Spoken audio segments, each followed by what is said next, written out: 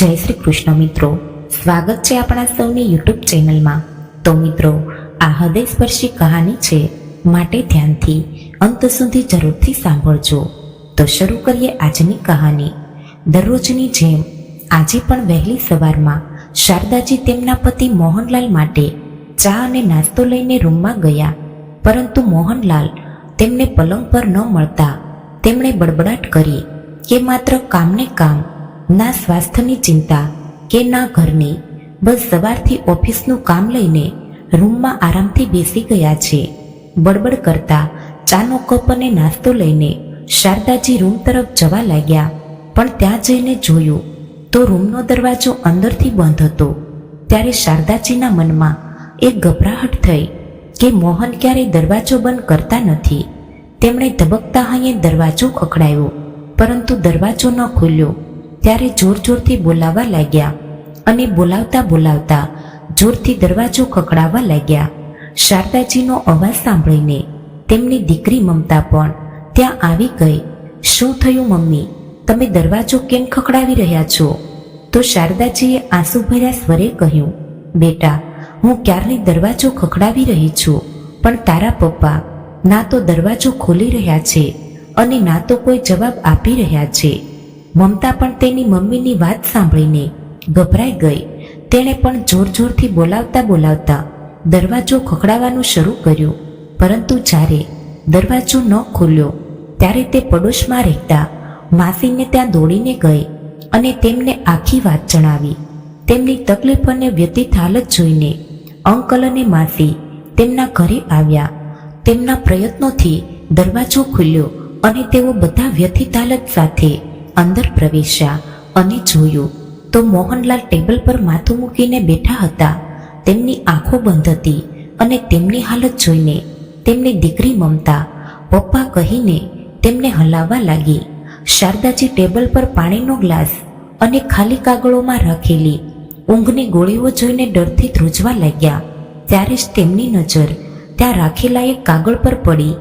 શારદાજીએ ધ્રુજતા હાથે કાગળ ઉપાડ્યો। પત્રમાં ઉપર લખેલું હતું કે ઇન્સ્પેક્ટર સાહેબ, હું આ દુનિયા છોડીને જઈ રહ્યો છું, તેથી મારા પરિવારજનોને બિનજરૂરી રીતે પરેશાન ના કરતા। અને સાથે લખેલું હતું કે તેમની દીકરી મમતાના નામથી લખેલું હતું કે જો શક્ય હોય તો આ કમનસીબ પિતાને માફ કરી દેજે દીકરી। અને છેલ્લે તેની પત્ની શારદાજીને સંબોધીને હતું, જીવનને રંગીન બનાવવા માટે પૈસા જોઈએ અને તે પૈસા એક વ્યક્તિના સામાન્ય નોકરીના પગારથી અશક્ય છે અને ગેરકાયદેસર પૈસા કમાવો મારા સિદ્ધાંતમાં નથી। હવે તને મારા ડેડ બોડીથી મારા પીએફ ગ્રેચ્યુટી અને ઇન્સ્યોરન્સ દ્વારા ઘણા પૈસા મળશે। તું જિંદગીભર આનંદથી જીવી શકીશ અને જો શક્ય હોય તો તેમાંથી કેટલાક પૈસા બચાવીને આપણી દીકરી મમતાના લગ્ન કરાવી દેજે। હવે તું તારી જિંદગી જીવવા માટે સ્વતંત્ર છે। આટલું સાંભળતા જ તેની દીકરી મમતા બોલી, મમ્મી, તું હંમેશા પૈસા માટે પપ્પા સાથે ઝઘડતી હતી, તારા કારણે જ આજે મારે અનાથ થવું પડ્યું। તું જ મારા પપ્પાના મૃત્યુનું કારણ છે। આટલું કહીને મમતા જોર જોરથી રડવા લાગી। હા દીકરી, તારી વાત સાચી છે। આટલું કહેતા શારદાજી કપાયેલા પતંગની જેમ ત્યાં જ પડી ગયા। પછી તેઓ ધીમા અવાજે બોલ્યા, મોહન, તમે મને આટલી ખરાબ સજા કેમ આપી? એ વાત સાચી છે કે મેં હંમેશા તમારા આદર્શોની અવગણના કરી છે। મારી ઈચ્છાઓ પૂરી ન કરી શકવા માટે મેં તમને બહુ અપમાનિત કર્યા, પરંતુ તમે તો મને ક્યાંય મોઢું બતાવવા લાયક ન છોડી। શારદાજી બોલતા જઈ રહ્યા હતા, મમતા દીકરા, તારું ધ્યાન રાખ, મોહન હજી જીવતો છે, તેને જલ્દી હોસ્પિટલ લઈ જવો પડશે। પડોશમાં રહેતા અંકલે મોહનલાલની નાડી જોઈને કહ્યું, શું? મા અને દીકરી બંને ચોંકી ગયા અને એક સાથે પૂછ્યું, હા દીકરી, રડીશ નહીં, હું હમણાં જ ગાડી લઈને આવું છું, ભગવાનની ઈચ્છા હશે તો બધું બરાબર થઈ જશે। પાડોશમાં રહેતા અંકલે કાર કાઢી અને મોહનલાલને ગાડીમાં બેસાડ્યા અને પોતાના એક સંબંધી ડોક્ટરની નર્સિંગ હોમમાં દાખલ કરાવ્યા, કારણ કે જો એમણે આમ ન કર્યું હોત તો પોલીસ મોહનલાલ સામે કેસ નોંધી શકતી હોત। પાડોશી અંકલ મોહનલાલની માનસિક સ્થિતિથી વાકેફ હતા. તેમના પરિવાર જોડે તેમનો ગાઢ સંબંધ હતો. તેઓ નહોતા ઈચ્છતા કે મોહનલાલને વધુ પડતી પ્રતિક્રિયાને કારણે પરિવારના લોકો સંકટમાં આવી જાય. લડાઈ ઝઘડો કયા પરિવારમાં નથી થતો એનો અર્થ એ તો નથી કે જીવનનો અંત કરી દેવો. મોહનલાલને આઈસીયુમાં ખસેડવામાં આવ્યા, જ્યાં મમતાને તેની માતા ખોટી લાગી રહી હતી. ત્યારે શારદાજીના મનમાં હલચલ મચી હતી કે તેઓ ક્યાં ખોટા છે? શું તેમની ઈચ્છા ખોટી છે? તે તેમના ભૂતકાળની યાદોમાં ભટકવા લાગ્યા. તે સમૃદ્ધ માતા પિતાની માથા પર ચડેલી દીકરી હતી. તેને નાનપણથી ક્યારેય કોઈ પણ દુઃખ અને અભાવનો સામનો કર્યો ન હતો. તે ગ્રેજ્યુએશનની તૈયારી કરતા કરતા કોલેજના વાર્ષિક સમારંભની તૈયારી વખતે શારદાનો પરિચય મોહન સાથે થયો હતો. આ એકવારનો પરિચય ક્યારે પ્રેમમાં બદલાઈ ગયો તેમને ખબર જ ન પડી. મોહન એક સામાન્ય પરિવારનો હતો. તેના પિતા એક ખાનગી શાળામાં શિક્ષક હતા, પરંતુ તેણે પોસ્ટ ગ્રેજ્યુએશન કર્યું કે તરત જ તેની મહેનતના આધારે મોહન રાજ્યની સિવિલ સર્વિસમાં સિલેક્ટ થઈ ગયો. મોહનને નોકરી મળતા જ શારદાએ તેના માતા પિતાને તેના પ્રેમ વિશે જાણ કરી. ત્યારે મોહનના સાદા પરિવારને જોઈને પહેલા તો તેઓ થોડા ખચકાયા, પણ શારદાની જીદ અને મોહનના ઉજ્જવળ ભવિષ્યને જોઈને તેઓએ સંમતિ આપી દીધી. મોહને લગ્ન પહેલા શારદાના પિતાને કહ્યું હતું કે તેઓ કોઈ ભેટ નહીં સ્વીકારે. મોહનનો આગ્રહ અને વાત સાંભળીને શારદાના માતા પિતાને આશ્ચર્ય થયું અને શારદા પણ થોડી ચિંતામાં હતી. પણ તે સમયે તે પ્રેમના નશામાં એવી હતી કે તે મોહનની બધી વાત માનવા લાગી હતી. લગ્ન પછી જેમ જેમ દિવસો પસાર થતા ગયા તેમ તેમ શારદાને મોહનમાં ખામીઓ દેખાવા લાગી. તેને ભૌતિક વસ્તુઓનો શોખ હતો. ત્યાં મોહન એક પુસ્તકી કીડો હતો. ત્યારે સાંજે ઓફિસેથી આવ્યા બાદ તે ફરવા માટે બહાર જવા માંગતી હતી. ત્યારે મોહન તેનો થોડો સમય પુસ્તકો સાથે પસાર કરવા માંગતો હતો. ધીમે ધીમે શારદાને એકલતાની સાથે સુખ સુવિધાની કમી લાગવા લાગી. લગ્નના 11 મહિના પછી શારદાનો જન્મદિવસ આવ્યો. Happy birthday to you Sharada, પ્રેમભર્યા શબ્દોથી કહેતા મોહને રૂમમાં પ્રવેશ કર્યો અને તેના હાથમાં ભેટ આપી તો શારદા પણ ખુશીથી ઝૂમી ઉઠી. શું લાવ્યા છો તમે મારા માટે? શારદાએ પૂછ્યું. ત્યારે મોહને કહ્યું, જાતે ખોલીને જોઈ લે. તારા જન્મદિવસ પર મારા તરફથી એક નાનકડી ભેટ. પછી શારદાએ ગિફ્ટ ખોલી અને પેકેટમાં પુસ્તક જોતા જ તેનું મોઢું ઉતરી ગયું. મને આપવા માટે તમને આ જ ગિફ્ટ મળ્યું હતું? ત્યારે મોહને કહ્યું, શારદા, આ પુસ્તક વાંચીને તો જો, ખૂબ જ માહિતીપ્રદ અને રસપ્રદ છે. મોહનની વાત સાંભળીને શારદાએ ગુસ્સામાં કહ્યું, તમે એવું કેમ નથી કહેતા કે મારા જન્મદિવસ પર આનાથી વધુ ખર્ચ કરવાની તમારી ક્ષમતા નથી? આ તું શું કહે છે શારદા? હા, હું સાચું કહું છું મોહન. પાડોશી મહેતા પણ તમારા સ્તરના અધિકારી છે, પણ આપણા અને તેમના ઘરના સ્તરમાં એટલો તફાવત કેમ છે? તેની પત્ની ઘરે પણ 2000થી ઓછી કિંમતનો ડ્રેસ પહેરતી નથી અને આજે મારા જન્મદિવસ પર તમે આ પુસ્તક લાવ્યા છો?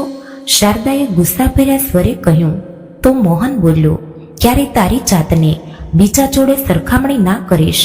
ક્યારે પણ ઈચ્છાઓનો અંત આવતો નથી. એક ઈચ્છા પૂરી થતાં જ બીજી ઈચ્છા પેદા થઈ જાય છે. જેટલી આપણી ચાદર હોય એટલા જ પગ ફેલાવા જોઈએ. આપણે ઘણા લોકો કરતાં સારું જીવન જીવી રહ્યા છીએ.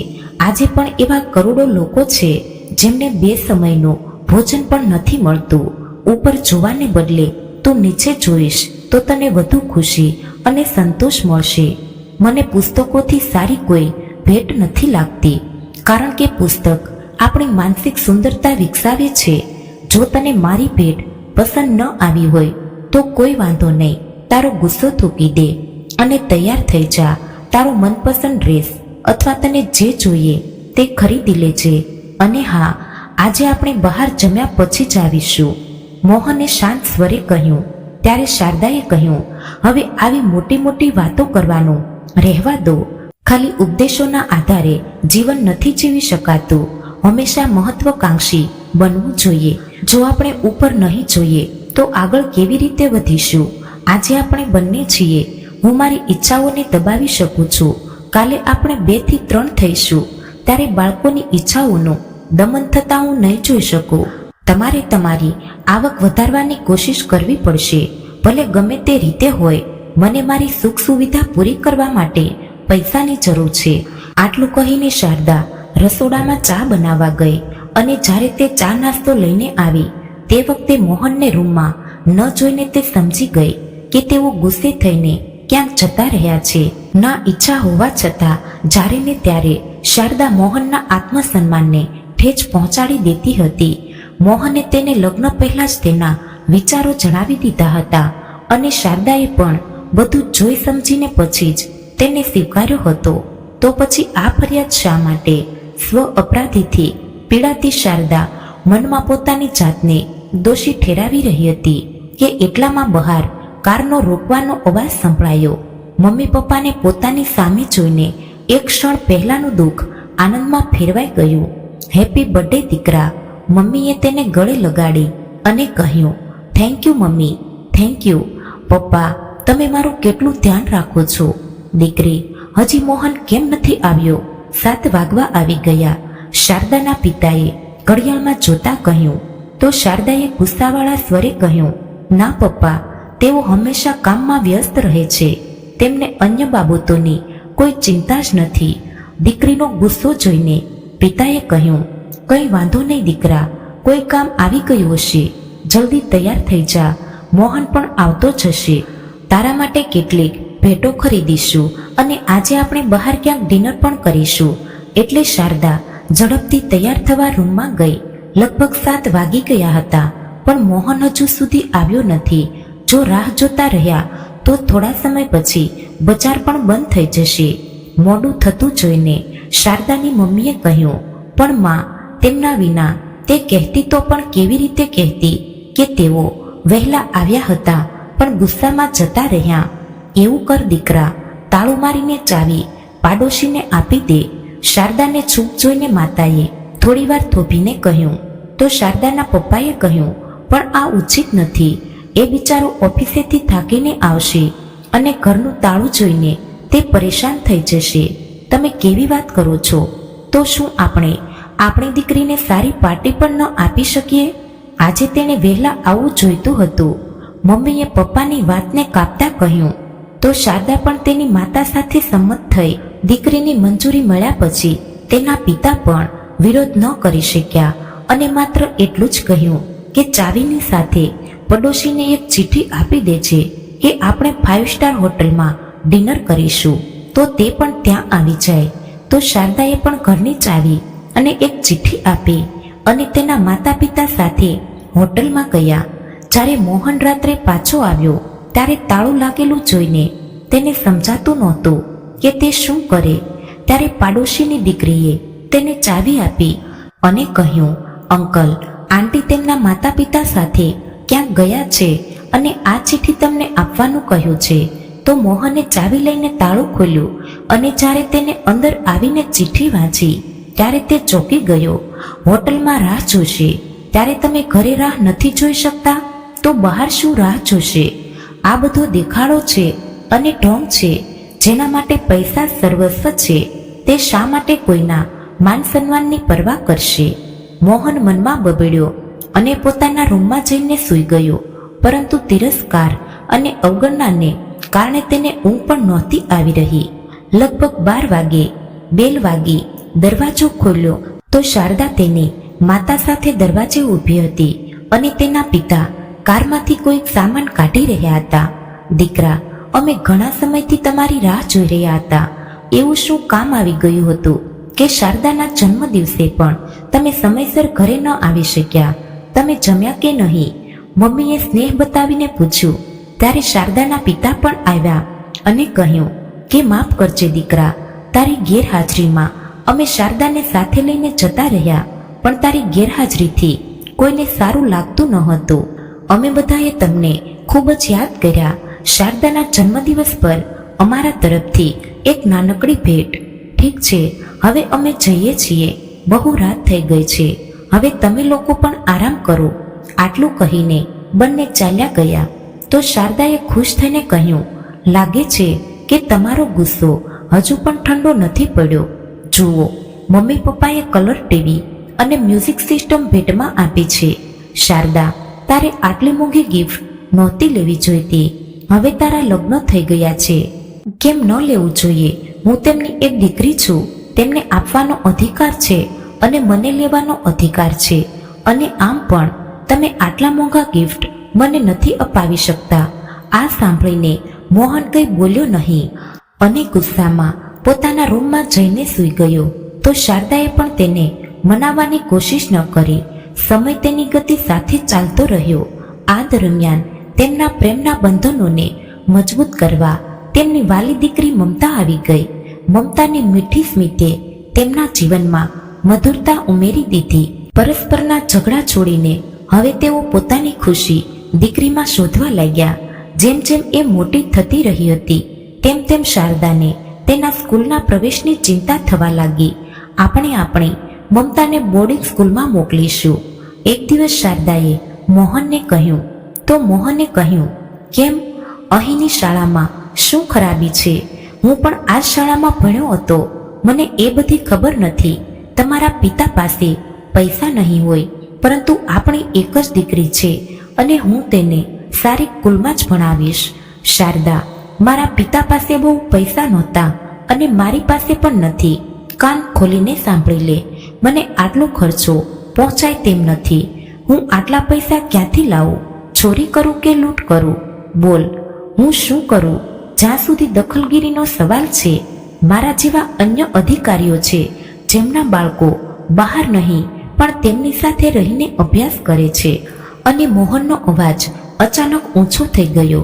ત્યારે શારદાએ કહ્યું, મને કંઈ ખબર નથી. હું મારી દીકરીને શ્રેષ્ઠ શિક્ષણ આપવા માંગુ છું. હવે મને નથી ખબર કે તમે આટલા પૈસા ક્યાંથી લઈ આવશો. શારદા, દરેક વ્યક્તિના પોતાના સિદ્ધાંતો હોય છે અને તેમનું પાલન કરવું તે પોતાની ફરજ સમજે છે. મારો પણ એક જ આદર્શ છે, સખત મહેનત અને ઈમાનદારીથી કમાણી. તેમાં જીવનનો સુખ સમાયેલું છે.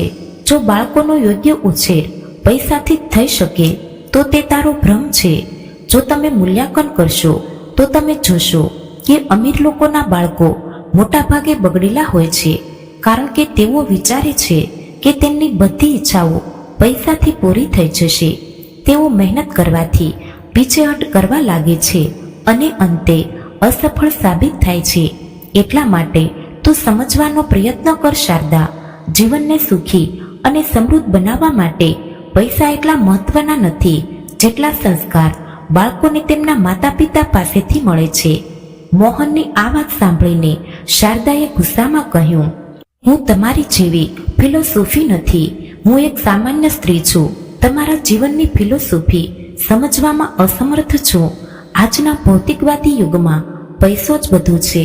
હું તો બસ એટલું જ જાણું છું. શારદા, હું તને કેવી રીતે સમજાવું?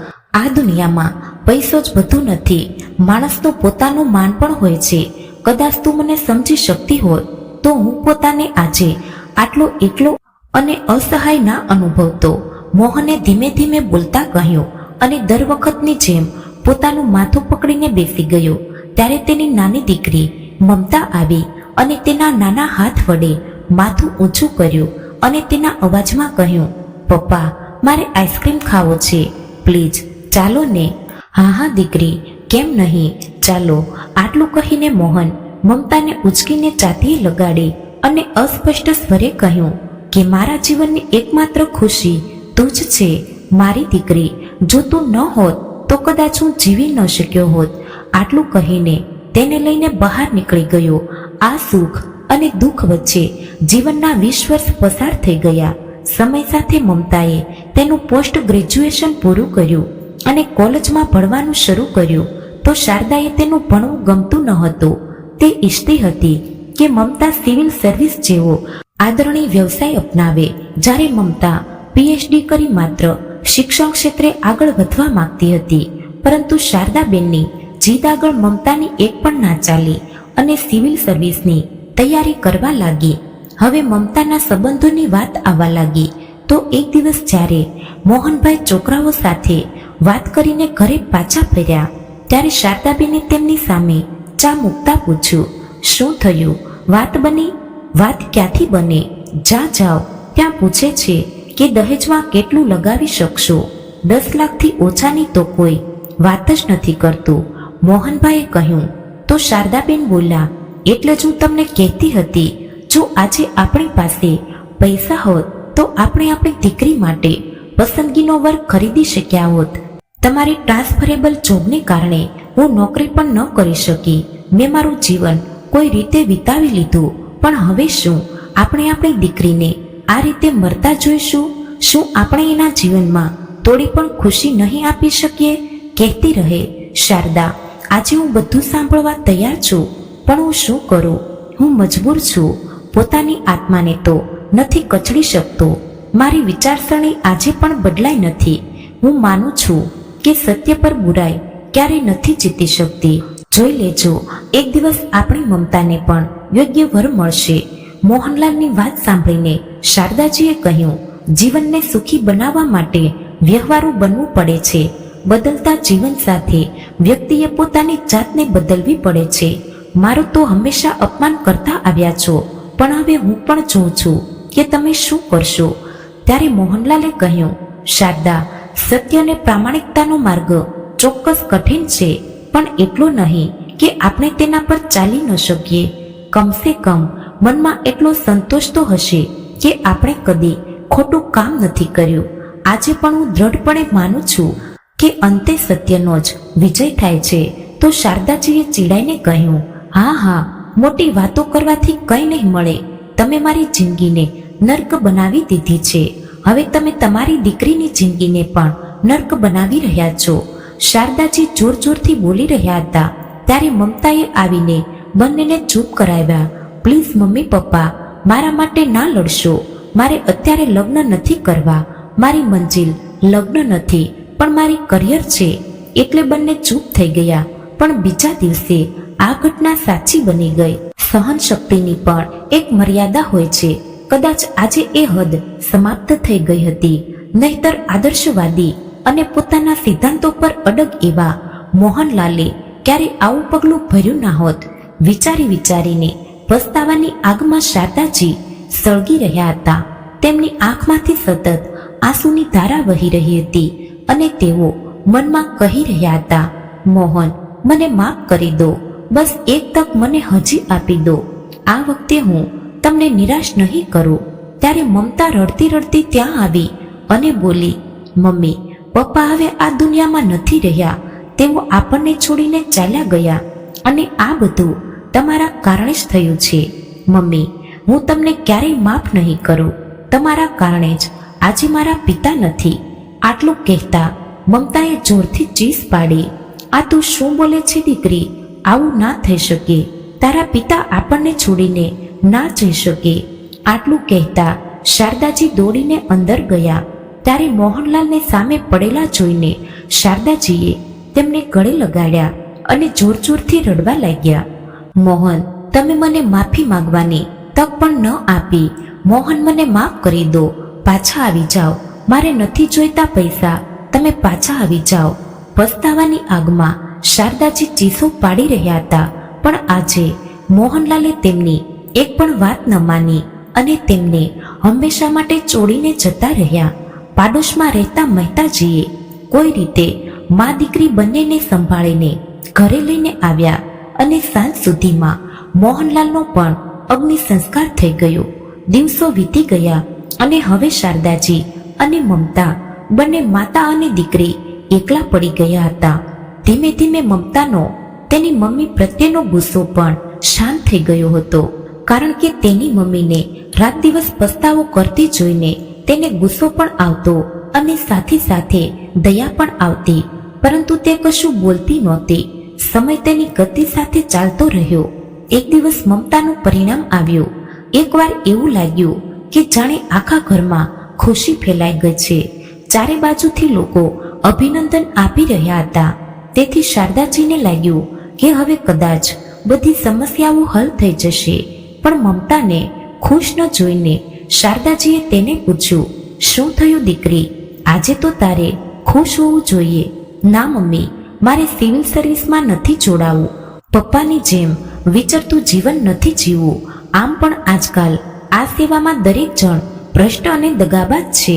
જે પપ્પાની જેમ થોડા પ્રમાણિક છે તેમને પોતાના જ લોકો ન સમજે તો બીજા કેવી રીતે સમજશે? હું મારી કોલેજની નોકરીથી ખુશ છું અને તે જ કરવા માંગુ છું. કમસે કમ અહીં હું છેતરપિંડીથી તો દૂર રહીને પૂરી ઈમાનદારીથી મારું કામ તો કરી શકીશ. તમારા કહેવાથી મેં સિવિલ સર્વિસની પરીક્ષા આપી હતી અને તેમાં સફળ થઈને મેં મારી શ્રેષ્ઠતા પણ સાબિત કરી દીધી. પણ હું હવે એમાં નહીં જાઉં. દીકરીની આ વાત સાંભળીને શારદાજી અચાનક સ્તબ્ધ થઈ ગયા. બાપ તો બાપ છે, દીકરી પણ તેમની ઈચ્છા પ્રમાણે ન ચાલી. છેવટે તેના ઉછેરમાં શું કમી રહી ગઈ હતી? પુત્રીએ પણ તેને તેના નિર્ણય માટે જવાબદાર ગણાવ્યો. આજે શારદાજી પસ્તાવાની આગમાં સળગી રહ્યા હતા, પણ દીકરીને કંઈ કહી શકતા નથી. અને મમતાએ પણ પીએચડી કર્યું અને કોલેજમાં ભણાવવાનું શરૂ કરી દીધું. થોડા દિવસો પછી મમતાને પણ તેની ઉંમરના એક છોકરા સાથે મિત્રતા થઈ ગઈ, જે તેની સાથે કોલેજમાં ભણાવતો હતો. ત્યારે તેને શારદાજીને તેની પસંદગી વિશે કહ્યું. ત્યારે શારદાજીએ કહ્યું, દીકરી, મેં પણ મારી પસંદગીની વ્યક્તિ સાથે લગ્ન કરીને આખી જિંદગી સહન કર્યું છે અને તું પણ એવું જ કરવા જઈ રહી છે. તો મમતાએ તેની મમ્મીને સમજાવતા કહ્યું, મમ્મી, પપ્પા પણ તને સમજાવતા સમજાવતા આ દુનિયા છોડી ગયા, પણ તમે એમની એક પણ વાત ન માની. તમારી વિચારસરણી ખોટી છે. તમે આખી જિંદગી પૈસાની પાછળ ભાગતા રહ્યા છો, પણ પૈસો જ સર્વસ્વ નથી. માણસનું પોતાનું પણ માન હોય છે. તમારી મરજી મુજબ લગ્ન કરવામાં કંઈ ખોટું નથી, પરંતુ તે સંબંધને સમજવા અને જાળવવાનું તમારા બંને પર નિર્ભર છે. માનો કે પપ્પા સરકારી નોકરીને બદલે સફળ બિઝનેસમેન હોત તો શું ક્યારેય તમારા બંને વચ્ચે સમસ્યા ન આવતી? શું તમારી માતાને તમારા પિતા સાથે ક્યારેય કોઈ ફરિયાદ નહોતી? શું તમારી ભાભીને તમારા ભાઈ સામે કોઈ ફરિયાદ નથી? સમસ્યાઓ દરેક જગ્યાએ છે મમ્મી.